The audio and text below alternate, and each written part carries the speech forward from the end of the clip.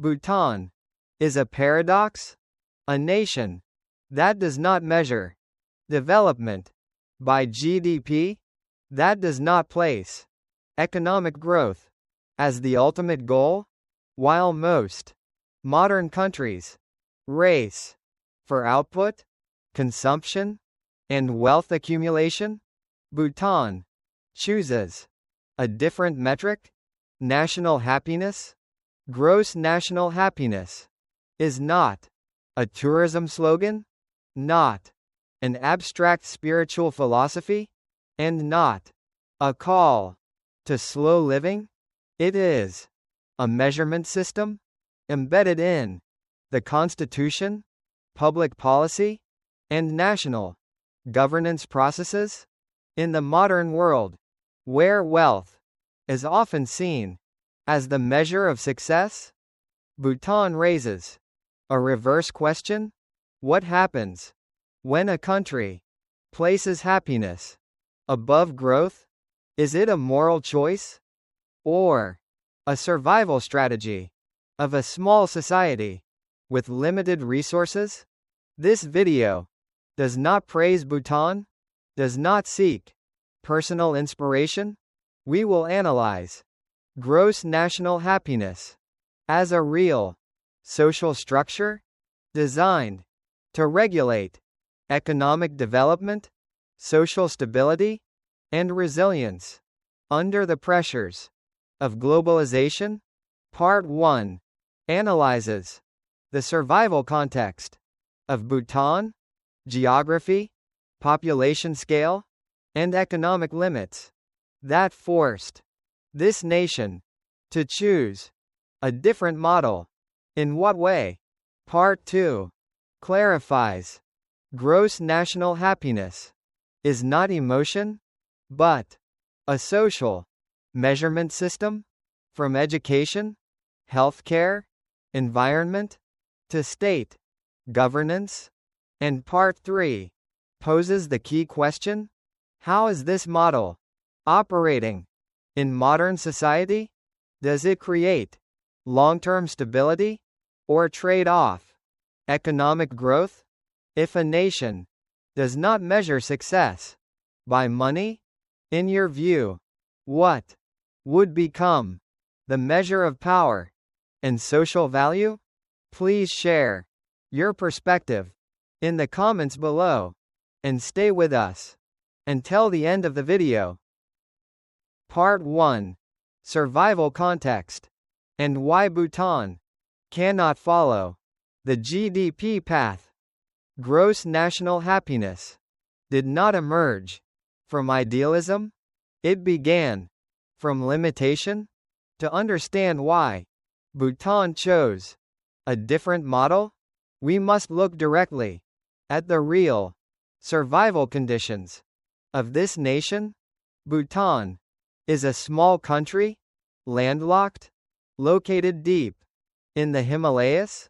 According to South Asia Regional Geographic Reports, more than 60% of the land area is steep mountain terrain.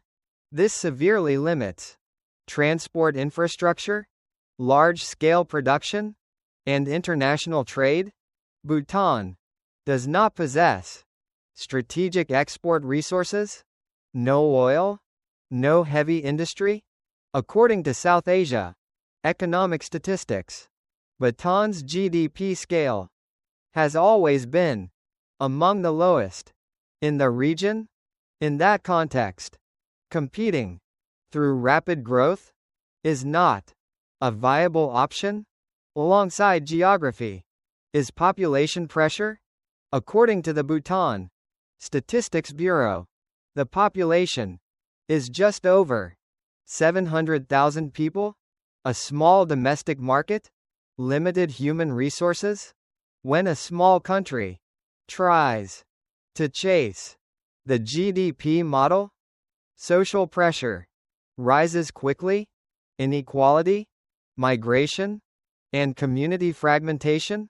Bhutan realized early a hard reality: if success is measured only by output, they would always lose the game. and be forced to trade away. Social stability? According to Bhutan Public Policy Analyses. From the 1970s, the Bhutanese government began to ask, development for what? And development for whom? If growth erodes the environment, dissolves village communities, and destroys cultural structures, what meaning does that growth have in the context of a fragile environment? According to international environmental reports, Bhutan is one of the few countries with carbon absorption higher than its emissions. This is not a coincidence, but the result of policies limiting industrialization and protecting ecosystems.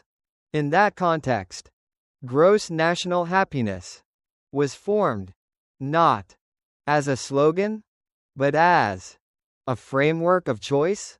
When resources are limited, population is small, and the environment is fragile, a nation must decide, measure success by quantity or by the ability to maintain long-term social stability.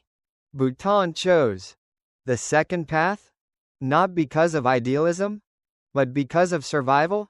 If you lived in a country that cannot win the global economic race, would you continue to chase GDP standards or build a different metric to protect your society? Please share your perspective in the comments below so we can view survival choices from multiple angles. Philosophy. Happiness is not an ideal goal, but a metric that allows a small society to avoid destroying itself in a race it cannot win. Part 2. Gross national happiness as a social measurement system. Gross national happiness is not a political slogan. It is designed as a measurement system to replace the central role of GDP. In this model, development is not understood as increasing output, but as improving quality of life over the long term. According to Bhutan national policy documents, gross national happiness is structured into 4 pillars: sustainable economic development, environmental conservation, cultural preservation, and good governance. These are not abstract values, but a policy orientation framework. All major decisions must be evaluated against these 4 pillars to prevent distorted growth. Going deeper, gross national happiness does not stop at the principle level. According to the Bhutan GNH Research Center, this system is implemented into 9 measurable domains: health, education, environment, community vitality, time use, mental well-being, living standards, culture, and governance. Each domain is broken down into indicators and assessment thresholds. This is a critical point. Happiness is not asked with a single question, but measured through multiple conditions that can be verified.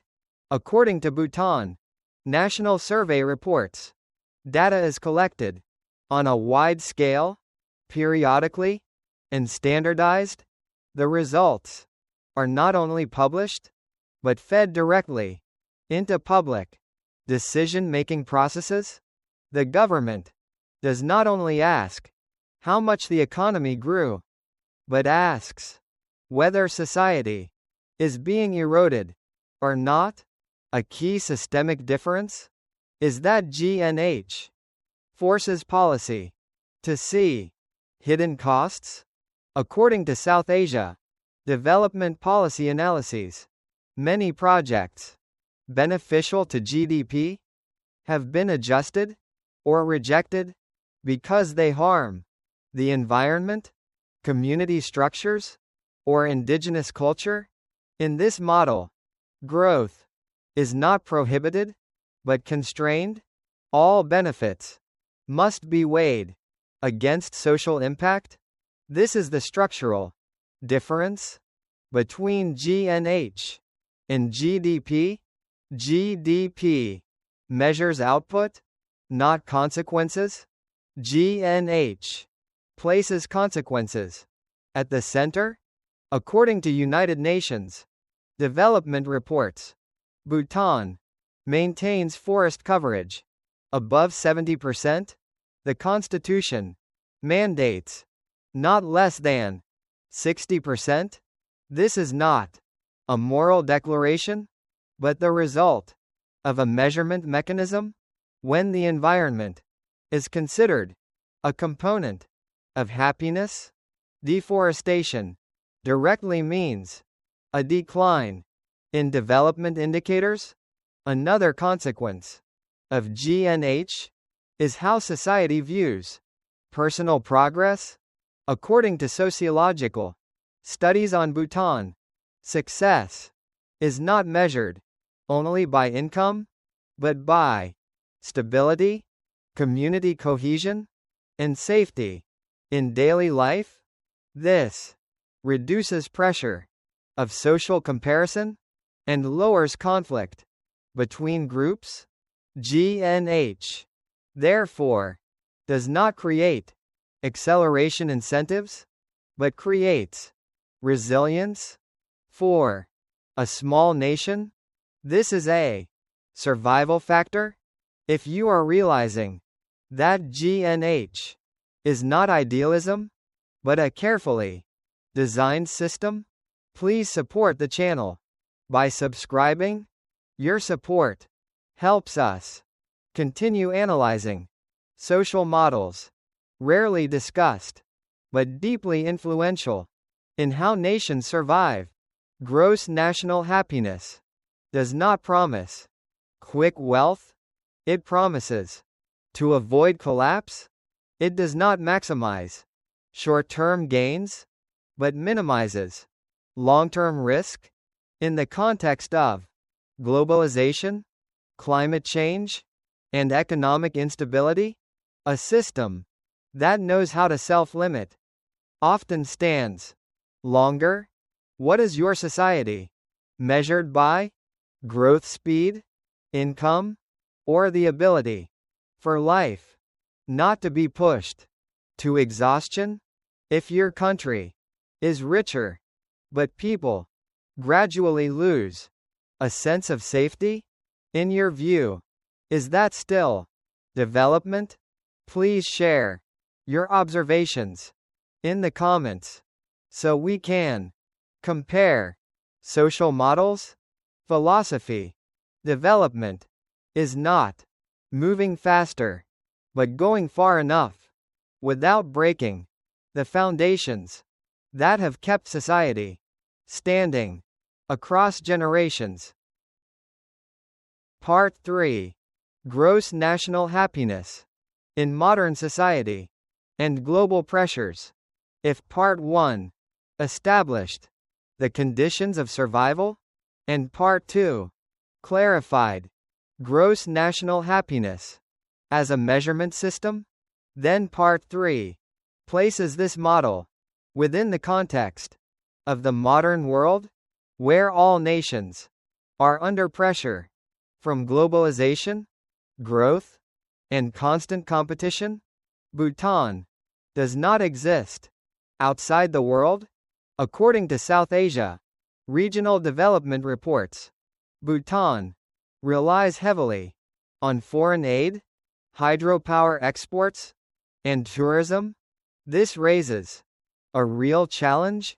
Can a nation maintain gross national happiness while facing pressure of economic integration? In many cases, the GNH model cannot avoid friction. According to development Economic analyses. Some sectors grow slowly, average income is not high, and employment opportunities are limited. This is the cost of not pursuing rapid industrialization. However, Bhutan does not see this as failure, but as a deliberate trade-off.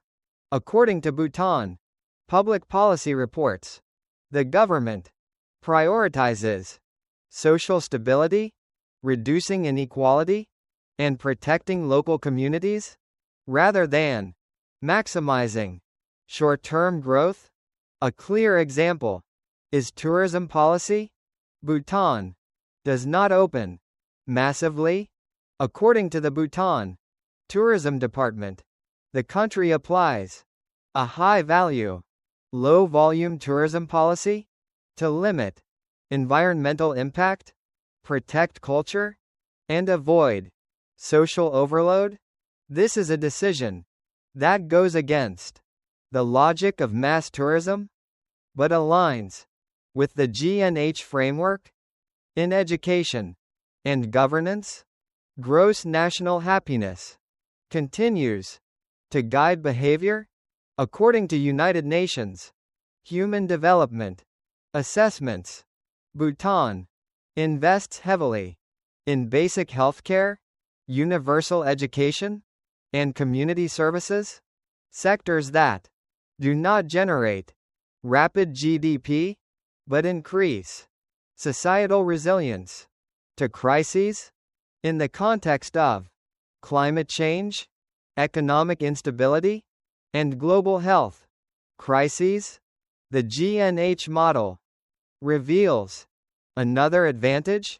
According to sustainable policy analyses, societies accustomed to evaluating long-term impact often respond more calmly, are less prone to collective panic, and maintain stronger social trust. However, gross national happiness is not a perfect model. It faces a major question. Can happiness be measured objectively? Does the state have the right to define what makes people happy? According to international academic debates, this is a controversial point and requires high transparency in governance. Bhutan, therefore, should not be seen as a template to copy, but as a case for comparison. It shows another possibility where development is not only defined by money, but by a society's ability to remain standing after repeated shocks. For a small nation, gross national happiness is not an ideal, but a survival strategy. It does not make Bhutan rich quickly, but helps avoid irreversible collapse. Looking at the world today, many societies are wealthier, but more unstable, growing fast, but exhausted. Gross national happiness raises a difficult question. Are we measuring the right things? If your country keeps growing, but people are tired, anxious, and losing trust, in your view, is that still success, or just a good-looking number? Please share your observations in the comments so we can compare the development paths that societies are choosing. Philosophy. Prosperity is not having more, but not losing. What keeps society standing over time? We have moved from the survival conditions of a small nation to how Bhutan refuses to measure development only by money. Gross national happiness did not emerge as a beautiful ideal, but as a mechanism to protect society from the consequences of blind growth. Bhutan shows when a nation is clearly aware of its limits, it can design development in a different way, not faster, but more stable, not louder, but more resilient. Asking a question before every decision: does this harm society? Does it make the future more fragile? In today's world, many nations are wealthier, but more insecure. Many individuals have more, but are more exhausted. Gross national happiness does not offer comfortable answers. It forces us to look directly at how we are measuring success. The final question is not about Bhutan, but about your society, the country you live in. What is it prioritizing? Speed, output, or the ability for people to live well after many decades? If you believe these analyses help you see more clearly how societies operate, please support the channel with a subscription so we can continue dissecting national models, social structures that quietly shape our lives every day. Thank you for staying until the final minutes. See you again on the next journey, where we continue to ask questions, not to seek inspiration, but to better understand the world we are living in.